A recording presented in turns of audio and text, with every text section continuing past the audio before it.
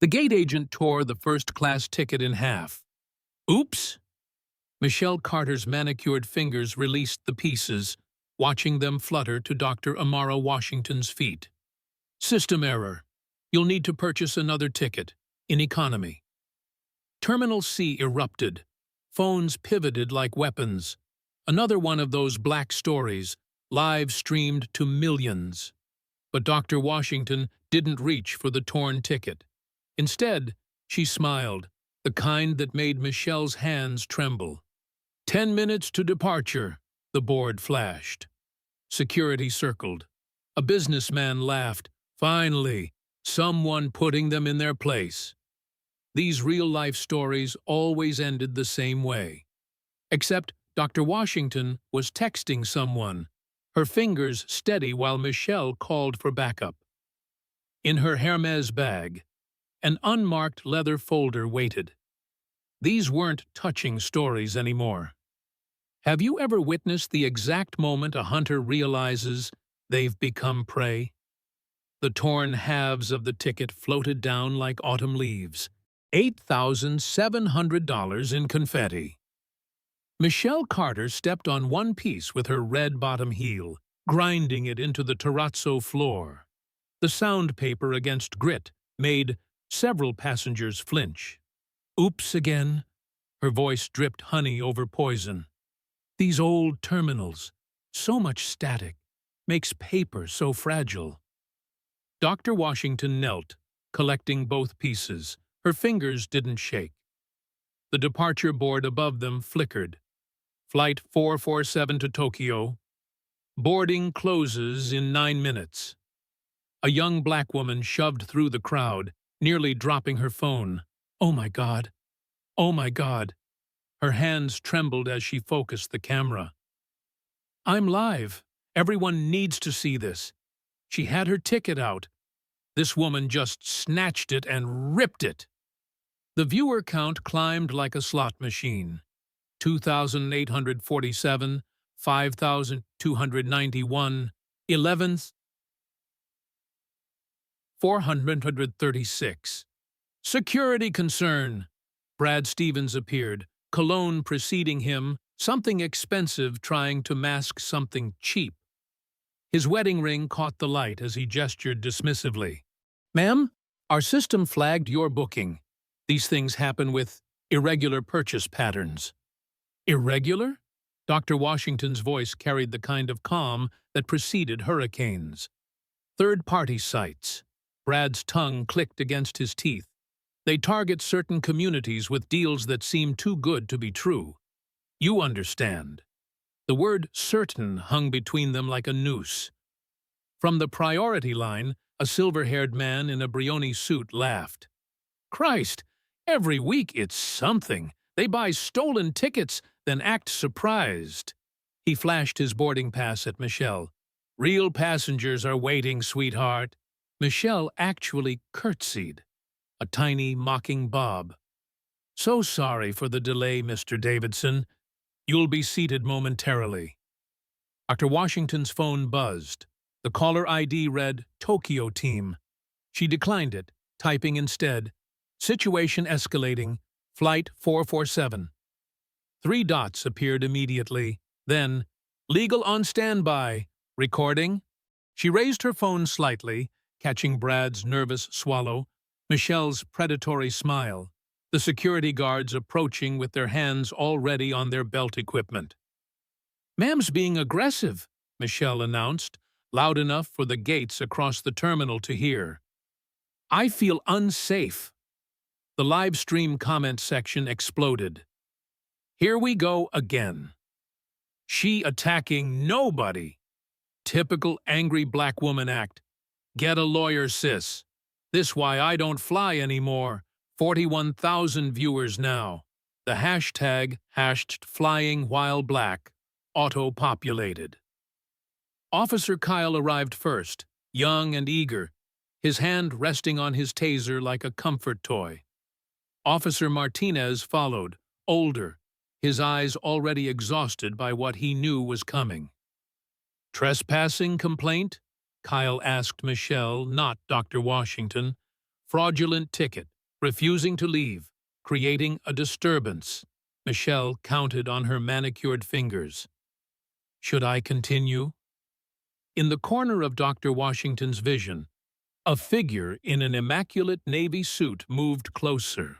Japanese, elderly, watching with an expression she couldn't quite read. He held his phone horizontal landscape mode, high definition. 7 minutes to departure, the automated voice chimed. Brad's tablet wouldn't stop pinging. He glanced down 17 missed calls from a 212 area code. Manhattan. Corporate. His thumb swiped them away. Ma'am? Brad's voice attempted concern. You're obviously educated, well-spoken. You present yourself adequately. Why make this harder than necessary? Adequately? You know what I mean.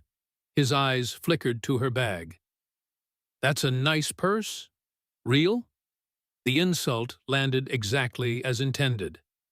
Several white passengers nodded knowingly. Of course. Fake ticket. Fake bag. Fake belonging. Dr. Washington opened the Hermes slowly, letting the authentication card catch the light. Everything I own is real, Mr. Stevens, including this ticket you destroyed. She pulled out a leather portfolio. The embossed letters were subtle. NTA Holdings.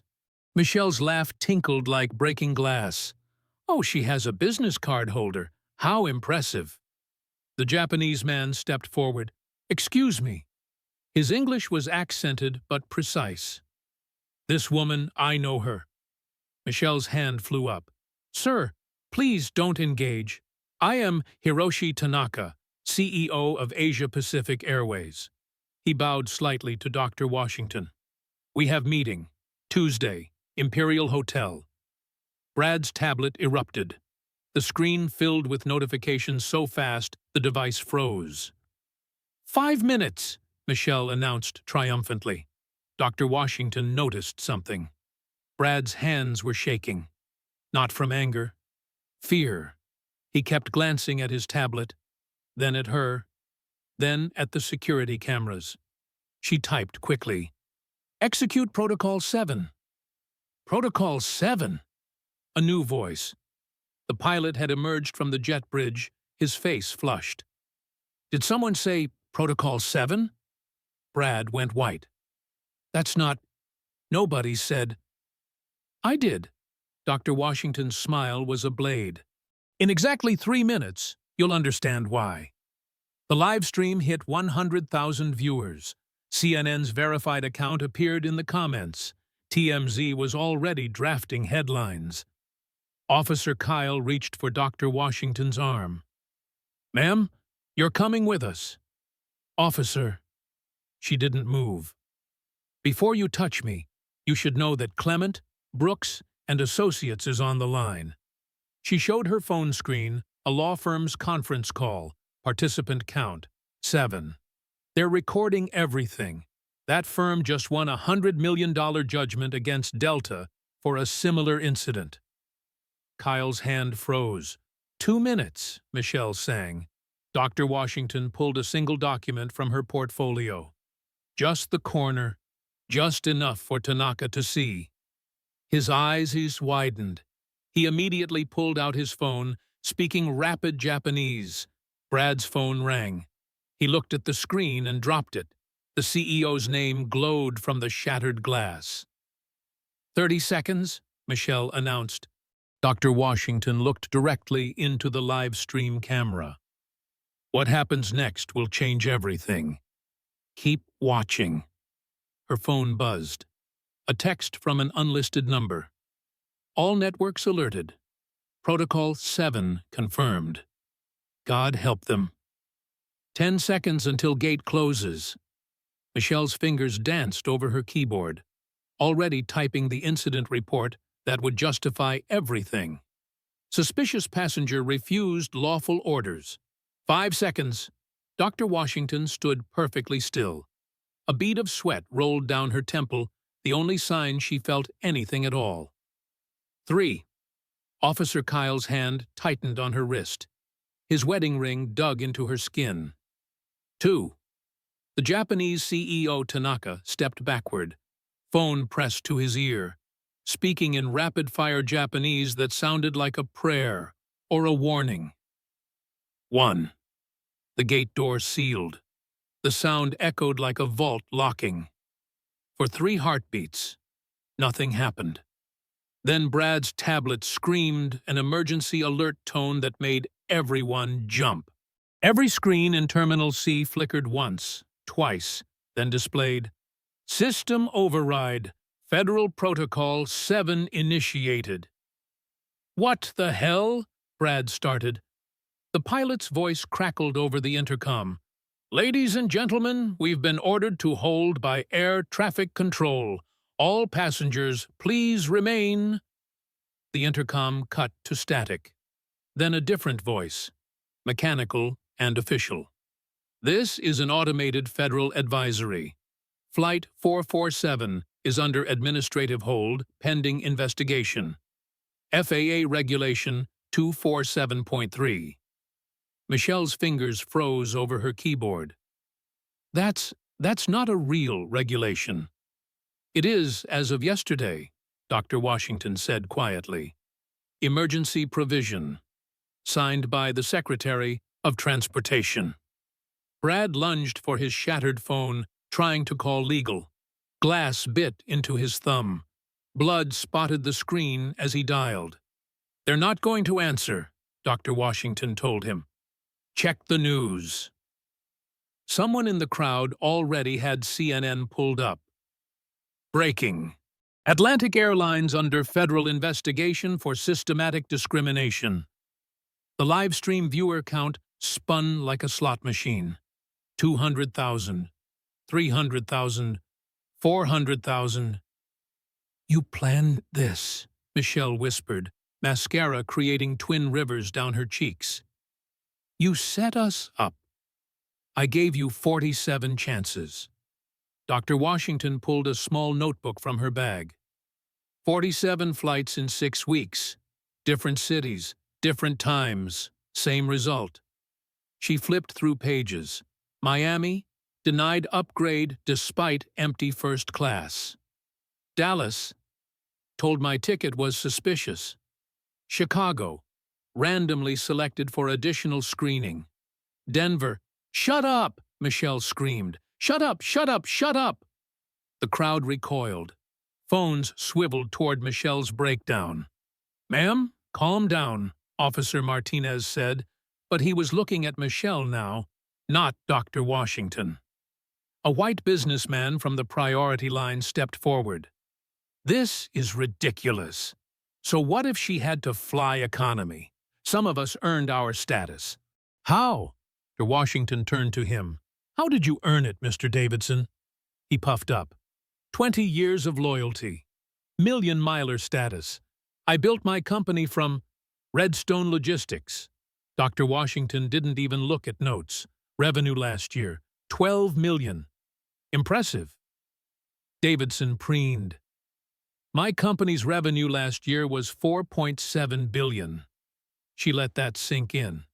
"Yet you were upgraded to first class while I was denied boarding. Explain the logic." Silence. "I'll explain it," Tanaka interjected. "The logic is racism. Simple, elegant, effective." Brad's phone finally connected. "Legal? Legal. We have a situation." Every phone in the terminal buzzed simultaneously. Not a text. An emergency alert. Federal Aviation Administration. All Atlantic Airlines operations suspended, pending civil rights review. Passengers should seek alternate carriers. Chaos erupted, but it was different now. The anger wasn't directed at Dr. Washington. 300 passengers for Tokyo started shouting at Brad, "Hey!" Michelle. Gate agents. "My merger! I'm missing my wedding. This is your fault!" Michelle tried to run. She made it 5 steps before her heel snapped.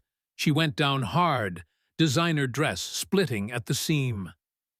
The crowd laughed, cruel, victorious laughter. Someone started a slow clap. "Stop!" Dr. Washington's voice cut through the mob noise. "She's pathetic, but she's human. Don't become her." The clapping died. "You want someone to blame? Look around. How many of you saw this happen to someone else and said nothing? How many times did you watch a black passenger get randomly selected and think, better them than me? Uncomfortable shuffling, eyes finding the floor. "I'm not just talking to the cameras," she continued. "I'm talking to you. Every one of you who benefits from this system by staying quiet." A young white woman raised her hand timidly. Last month, they moved a black family to economy and gave me their seats. I knew it was wrong, but I took them anyway." "Thank you for your honesty," Dr. Washington said. "That's where change starts." Brad's phone rang. He looked at the screen CEO James Patterson, and his face went gray. I can't answer that." "Answer it," Dr. Washington commanded. "On speaker." With shaking fingers, Brad complied. "What the fuck is happening?" Patterson's voice exploded through the terminal. "I'm watching CNN on my yacht and they're saying we're under federal investigation. They have a photo of you crying. Sir, Dr. Washington is—" "Dr. Washington?" Patterson's voice changed. "Dr. Amara Washington, the North Star CEO?" "Yes," Dr. Washington said clearly. Silence. Then, "Oh fuck. Oh fuck. Hello, James. You bought the Cromwell shares, the Matsuda portfolio. Jesus Christ, you're the ghost buyer." The crowd leaned in, sensing blood in the water. 47%, James.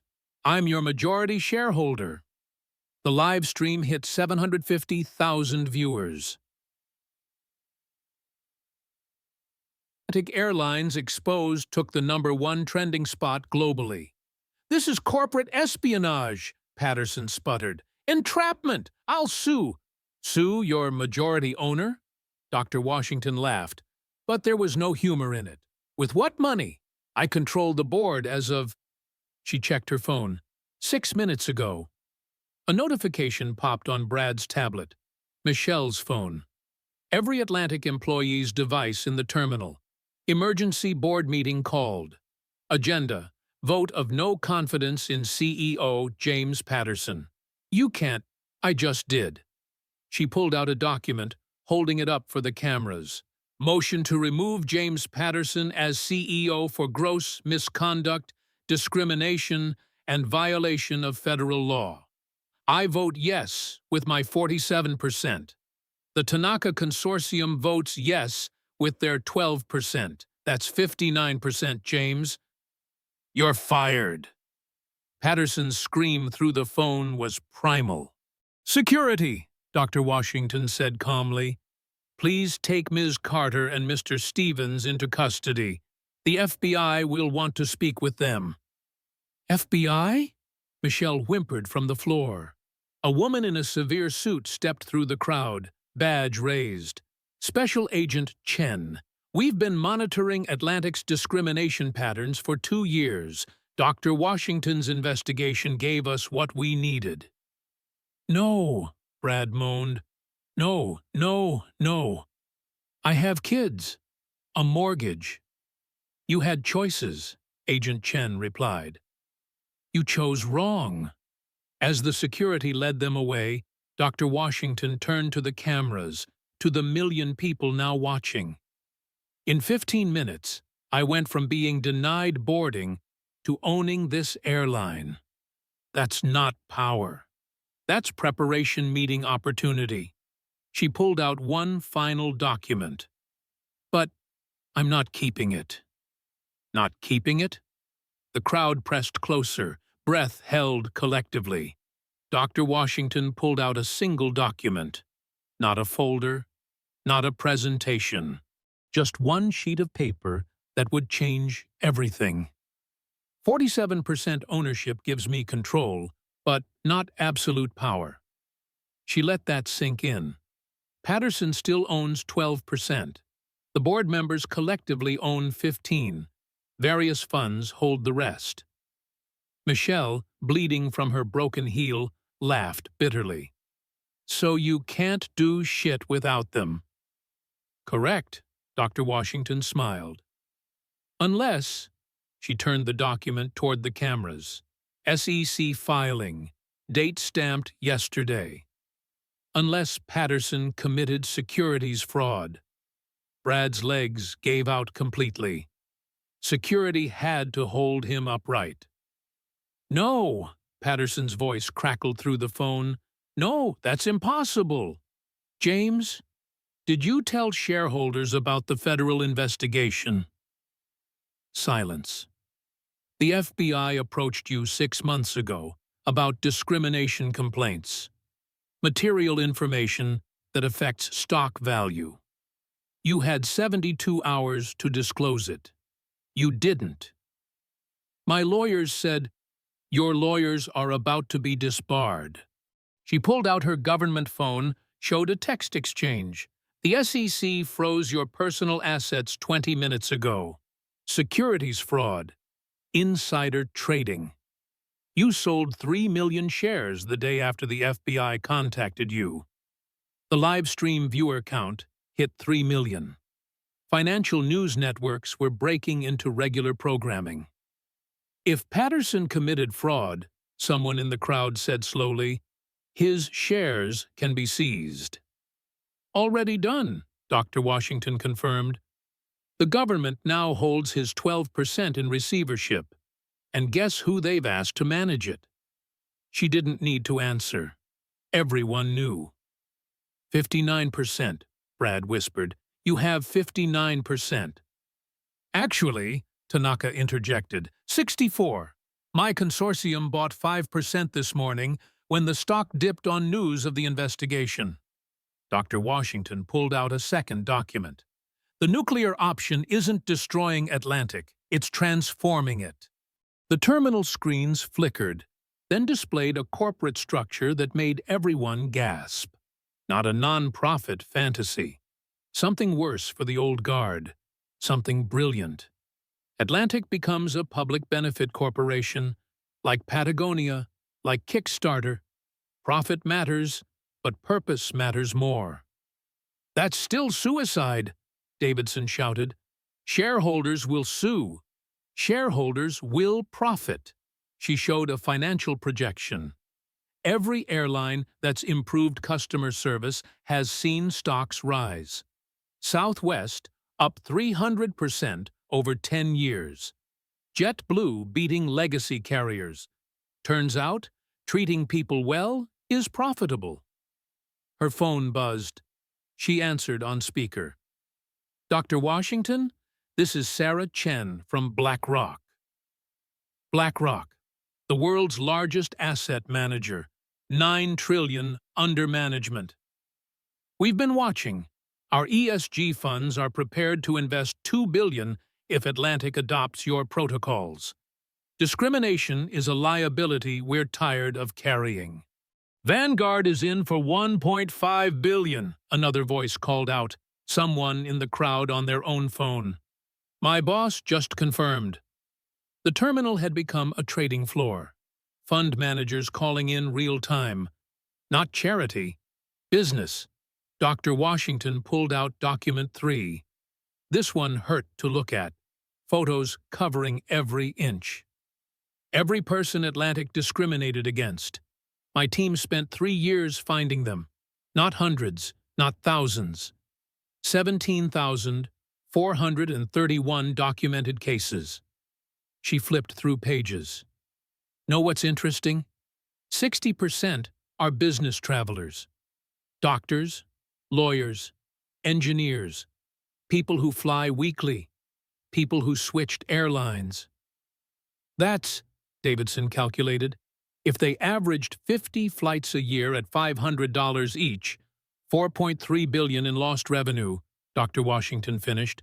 Discrimination isn't just wrong, it's expensive. Michelle tried to stand, fell again. You can't prove we lost them because you were racist? Dr. Washington pulled out an iPad. Meet Dr. Jerome Williams, cardiologist. Flew Atlantic twice weekly for 15 years. Switched to Delta after you made him give up his first-class seat to a white passenger. She swiped. Attorney Maria Santos. Million-mile status. Switched to United after being randomly searched 17 times. Swipe. Tech CEO David Chang moved his entire company's corporate account, 3,000 employees, to Southwest after you told him his ticket looked fraudulent. Each face appeared on the terminal screens. Real people, real losses. Combined lost revenue from discrimination, $12 billion over 5 years. The math was undeniable. Even Davidson looked sick. But here's the beautiful part, Dr. Washington continued. They all said they'd come back if Atlantic changed. Every single one. Her phone rang. She looked at the caller ID, smiled. Perfect timing. Dr. Washington, this is Gary Kelly, CEO of Southwest Airlines. The crowd gasped. A competitor calling during a hostile takeover? Gary, she replied warmly, is the board with you? We're all here. United, Delta, American, JetBlue, Alaska. Every major U.S. carrier. What? Michelle's voice cracked. That's collusion. It's collaboration, Kelly corrected. Dr. Washington approached us 6 months ago with a proposal. End discrimination industry-wide, or face federal investigation separately. Another voice joined Delta's CEO. We've been watching Atlantic self-destruct for years. Bad for business. Bad for the industry. We're adopting the Washington Protocol voluntarily. All of you? Dr. Washington asked, though she already knew the answer. All of us. Effective immediately. Body cameras for gate agents, AI monitoring for discrimination, transparent complaint systems, the whole package. The live stream exploded past 5 million viewers. Aviation history was being written in real time. Dr. Washington turned to the cameras. Phase 1 complete. Industry-wide reform, not through destruction, but through shame. Every airline watched Atlantic become toxic and chose survival. She pulled out Document 4. The real knife. Phase 2. Reparations. Not charity. Justice. The screen showed a legal filing. Class action lawsuit. 17,000 plaintiffs versus Atlantic Airlines. We filed this morning, seeking damages of $50,000 per incident. Total, $850 million. But here's the twist. Atlantic will settle immediately. Full payment. No appeals. We can't, Brad started. You will, because the alternative is criminal prosecution for every executive involved. She looked directly at him. Including you, Brad. 18 U.S.E. 242.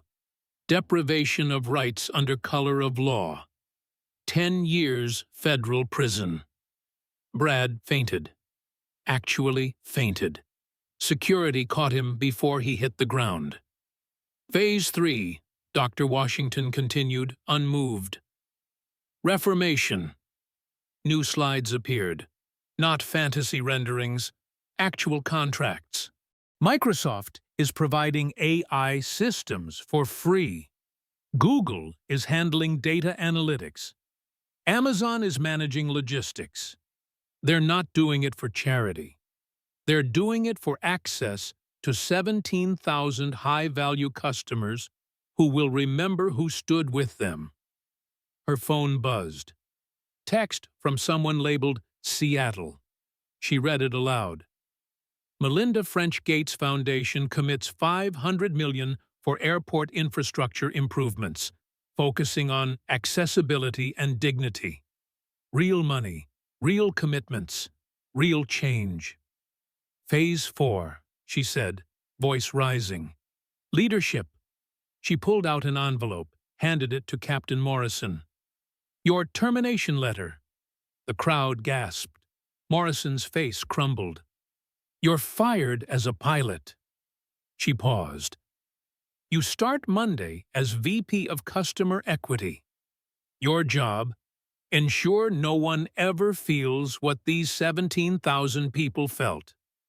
Morrison's hands shook as he opened the envelope. His salary had doubled. Every Atlantic employee has a choice. Stay and transform this company, or leave with severance. But if you stay, you wear a body camera. Every interaction recorded. Every decision documented. That's dystopian, someone shouted. That's accountability. The same surveillance you use on passengers, we use on you. Her final phone call came in. She answered without looking.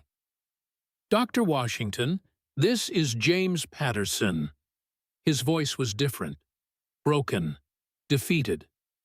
I'll sign everything, transfer my shares, approve all reforms. Just, please, let me resign quietly. No, please. You'll resign publicly, admit everything, apologize to every person you hurt. Then you'll spend the next 5 years working for the Dignity Foundation, the one we're creating with your forfeited bonuses. That's mercy. The alternative is federal prison. The line went dead. Dr. Washington turned to Michelle, still on the ground, heel broken, dignity shattered. You have the same choice: public apology and community service, or prosecution. Michelle looked up through ruined makeup. Why give me a choice? Because destroying you achieves nothing. Transforming you might achieve something. She addressed the crowd, the 5 million watching. Atlantic Airlines died today. What rises from its ashes is something new. A company where dignity isn't negotiable, where discrimination isn't profitable, where everyone flies the same because everyone matters the same. She pulled out her original boarding pass, the one Michelle had torn, seat 2A to Tokyo, the flight that started everything. She held up the pieces. We're going to frame this. Hang it in every Atlantic terminal. A reminder that sometimes the smallest injustice can trigger the biggest justice. The crowd erupted, not in chaos, in revolution.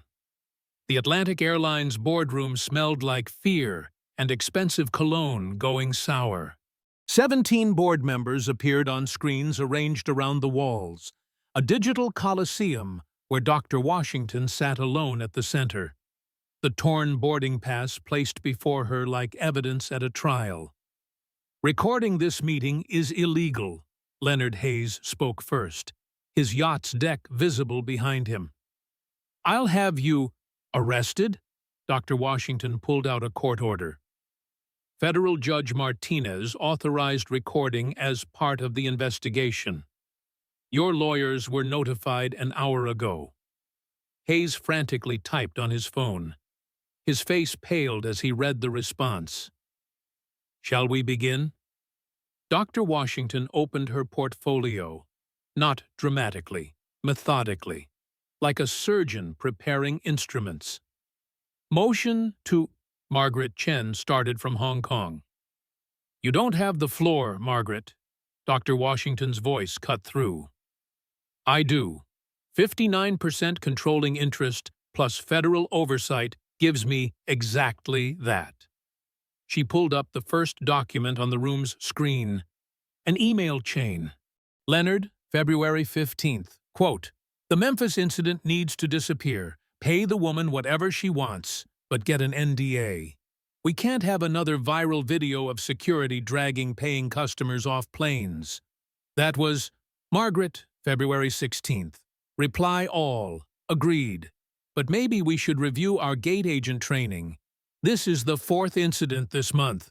See, I suggested training. Leonard's response: training costs money, NDAs cost less. Do the math. The live stream viewer count climbed steadily. 7 million and rising. Here's the math, Dr. Washington continued. 47 million in sealed settlements. Average per incident, 38,000. Number of incidents you could have prevented with proper training. All of them. She clicked to the next slide. A graph showing complaint patterns. Notice anything interesting? Complaints spike during board meetings. You meet, you discuss quarterly profits, and within days, pressure increases on gate agents to optimize passenger mix. Translation: keep first class white. That's correlation, but not causation, started Robert Kim from Seoul. Robert, you have a PhD in statistics from MIT. Dr. Washington pulled up his bio. You know the difference. You also know this pattern is statistically impossible unless it's intentional. Kim's mouth opened, closed, said nothing. But my favorite, she pulled up an audio file, is this recording from your December meeting. Patterson's voice filled the room. I don't give a shit about optics. Our first-class passengers pay premium for a premium experience. That means keeping out the riffraff. Board member David Walsh. Define riffraff, James. Patterson. You know what I mean. Walsh. I need you to say it. Patterson. People who make our target demographic uncomfortable. Walsh. Which people, James? A long pause, then Patterson. Urban. Hip-hop culture. You know. Walsh. I know you mean black people, just say it. Patterson. Fine. Yes, black people in first class hurt our brand. Silence in the boardroom. On the screens, several board members had gone pale. David Walsh, Dr. Washington addressed him directly. You pushed back, once. Then you let it go. Please. Walsh, from his home office in Vermont, looked exhausted.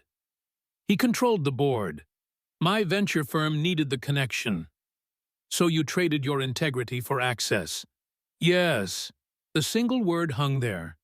The first admission.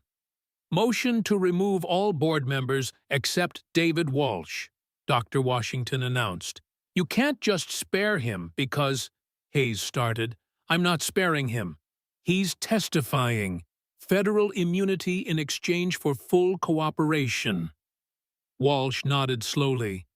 I've already given the FBI everything. Recordings, emails, texts. 3 years of evidence. The live stream exploded. Board members started disconnecting, reconnecting, their lawyers joining feeds. You wore a wire? Margaret screamed. For the last 6 months, Walsh confirmed. After the Rodriguez incident. Dr. Washington pulled up a photo. A 10-year-old girl crying at a gate. Sophia Rodriguez, straight-A student, flying to Disney World with her parents, who saved for 2 years, upgraded to first class as a surprise. You had them removed because other passengers complained about noise.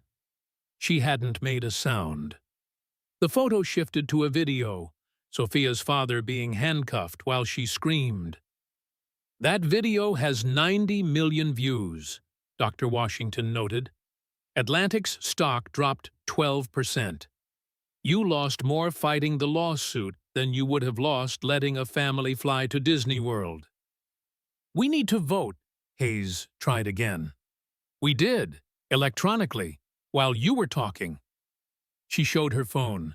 Institutional investors representing 68% of shares voted to remove the board.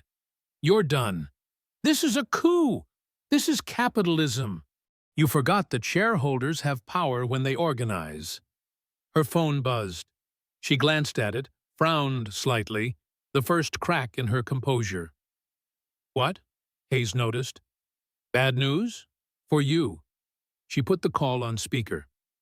"Dr. Washington, this is Jonathan Palmer, Walmart Corporate Affairs."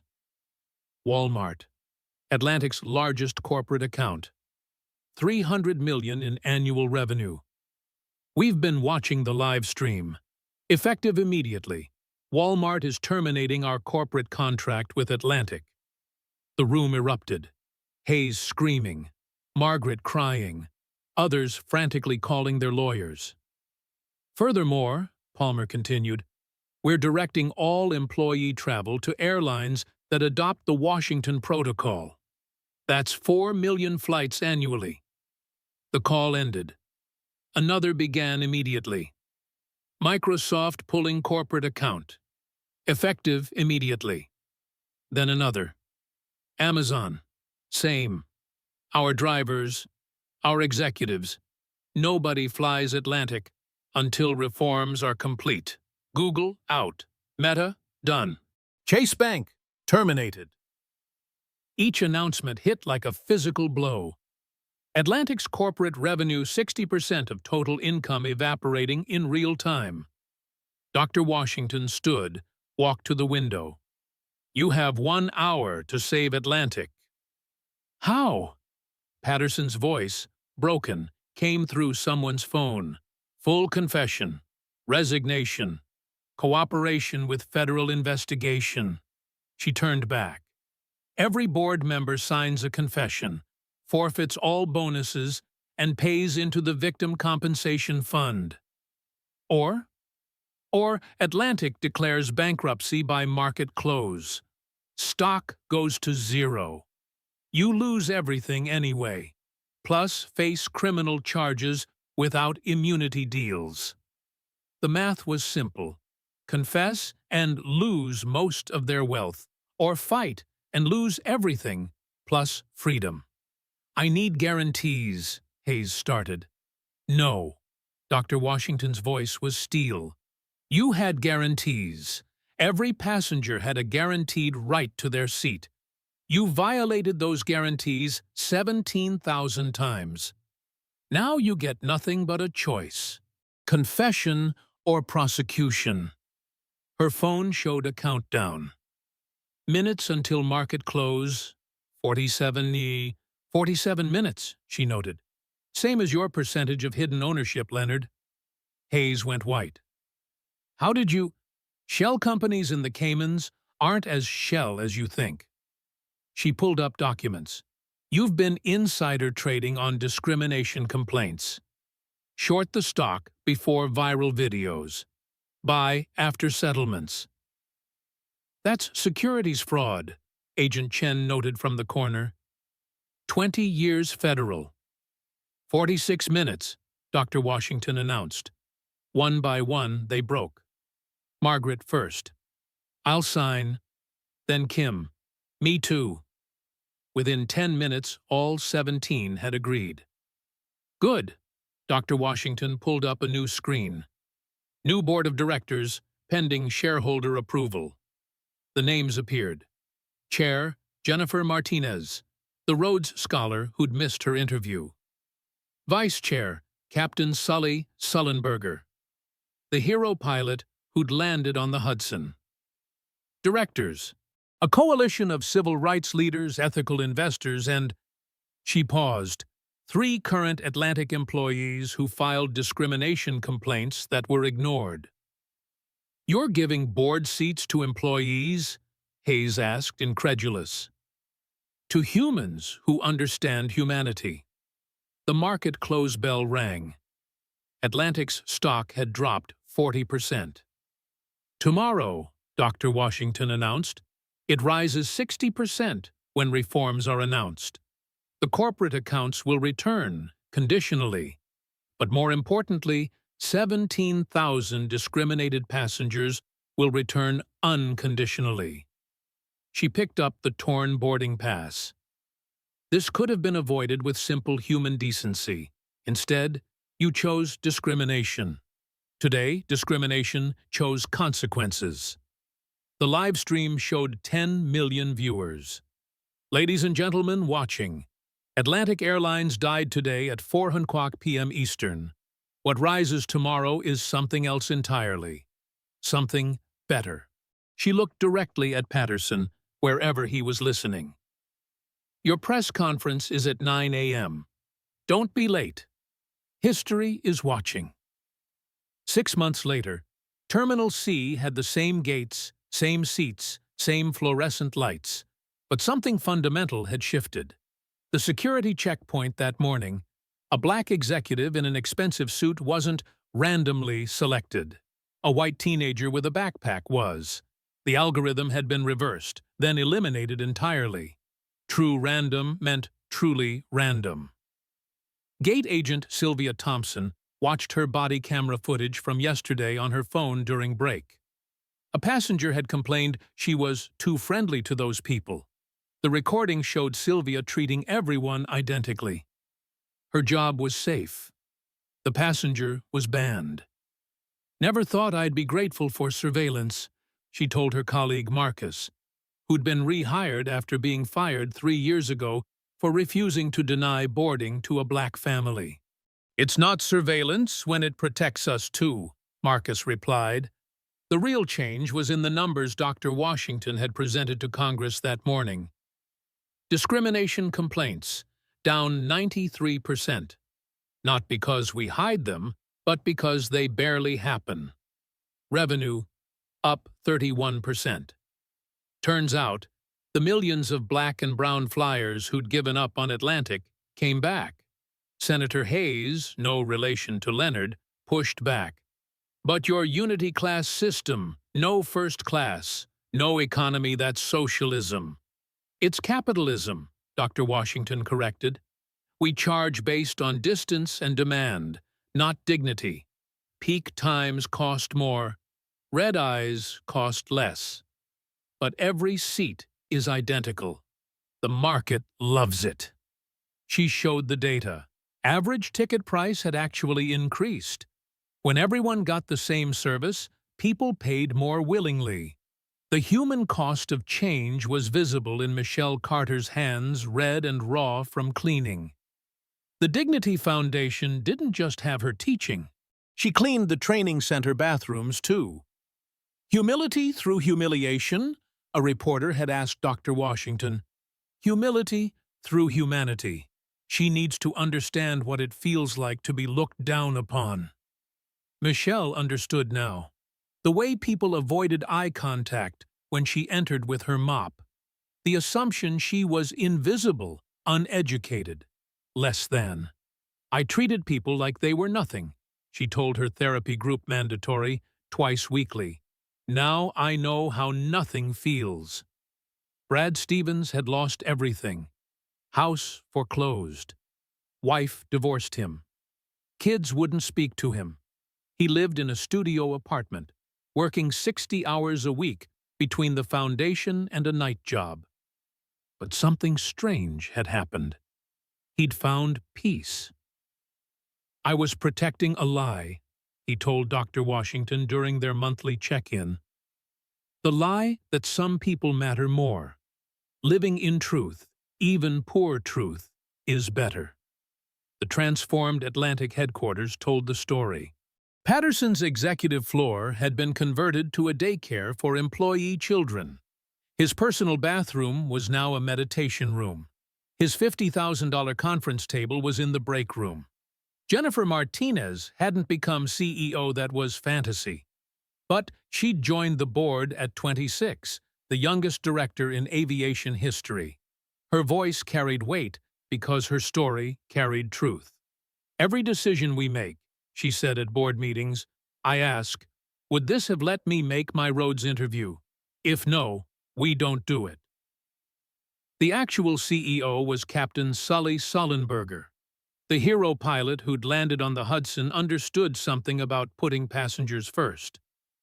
"When you have 155 lives in your hands," he said, "you don't check their bank accounts first." Dr. Washington had stepped back from daily operations. Her work was bigger now. The Washington Protocol was spreading beyond aviation. Hotels. Marriott announced body cameras for check-in staff after a viral video of a black guest being denied a reservation. Restaurants. After a Michelin-starred restaurant was caught seating black diners in the back, they adopted transparent seating algorithms. Retail. Nordstrom installed AI monitoring after security was caught, following black shoppers exclusively. The resistance was real. Lawsuits claimed reverse discrimination. Political figures called it woke capitalism gone mad. But the market spoke louder. Gen Z and millennials, controlling $4 trillion in spending power, voted with their wallets. Companies that adopted the protocol saw stock increases. Those that didn't saw boycotts. The most powerful moment came when Patterson finally spoke publicly. Not at a press conference from federal prison, where he was serving 18 months for securities fraud. "I thought I was protecting excellence," he said to the camera. "I was protecting mediocrity. When you exclude people based on appearance, you exclude brilliance. Atlantic is better without me." Back in Terminal C, the morning rush continued. A small black girl, maybe 10, approached Gate 47 alone. Unaccompanied minor tag visible. Sylvia knelt to her level. "First time flying alone?" The girl nodded, scared. "You know what happened at this gate? My mom said a lady changed everything here." "She did. And you know what she proved? That you belong anywhere you have a ticket to go." The girl smiled, walked onto the plane with her head high. Change measured in smiles, not statistics. 2 years later, Terminal C, Gate 47, had become a pilgrimage site. People flew to Atlanta just to stand where it happened, take photos by the plaque, touch the glass case holding the torn boarding pass now in the Smithsonian, but replicated here, where it all began. Dr. Amara Washington rarely gave interviews anymore. But today was different. Today was the anniversary. "They ask if I regret buying Atlantic," she told the camera, standing at Gate 47. "I regret that I had to." Behind her, flights boarded smoothly. No discrimination, no humiliation, just humans traveling. The numbers: 847 companies had adopted the Washington Protocol. Discrimination lawsuits down 61% nationally. But numbers weren't the point. "Michelle Carter sent me a letter last week," Dr. Washington shared. "She thanked me for destroying her life, said it was the only way she could rebuild it right." Michelle now ran a nonprofit teaching unconscious bias training. Minimum wage still, by choice. "I made $200,000 a year destroying dignity. Now I make $15 an hour restoring it. Never been richer." Brad Stevens had become an unexpected advocate. His book, I Was the Problem, donated all profits to discrimination victims. His son wrote the foreword, "My dad was racist. Now he's recovering. Recovery is possible." But resistance remained real. 14 states had tried banning the protocol as anti-business. They failed when their own citizens boycotted. Gen Z didn't just vote. They economically strangled discrimination. "The young ones get it," Dr. Washington said. "They know dignity isn't negotiable." The interviewer asked the hard question. "Your marriage ended. Your health suffered. Was it worth it?" A long pause. "My ex-husband said I cared more about strangers than family. He was wrong. I cared about my children living in a world where they wouldn't need to buy airlines to be treated as human." She pulled out her phone, showed a text from her daughter. "Mom, flew to college today. No one questioned my ticket. Because of you." That's worth everything. The documentary had 287 million views. Realistic, powerful, growing daily. These weren't just black stories anymore. They were everyone's stories. Real-life stories forcing America to see itself. Dr. Washington looked directly at viewers. I'm done buying airlines. Your turn to buy change. Here's how. Download the Dignity app. Record discrimination when you see it. We investigate every submission. Our lawyers work free. Our platform amplifies truth. In 2 years, we've handled 47,000 cases, won 39,000, changed 847 company policies. But we need you. Comment your discrimination story below witnessed or experienced. Every story matters. Share this with #DignityGate47. Subscribe to our channel where we expose discrimination weekly. They thought tearing up my ticket would make me disappear. Instead, we tore up their whole system. She held up a new boarding pass. This is for Tokyo, 3 years late. But this time, we all fly together. The question isn't if you'll face discrimination. It's if you'll face it alone. You won't. Download the app. Share your story. Fight back. Because touching stories become lawsuits. Lawsuits become change. Change becomes normal. Let's normalize dignity, starting now. The screen faded to black, then showed 17,431 cases pending. Add yours, dignitygate47.org.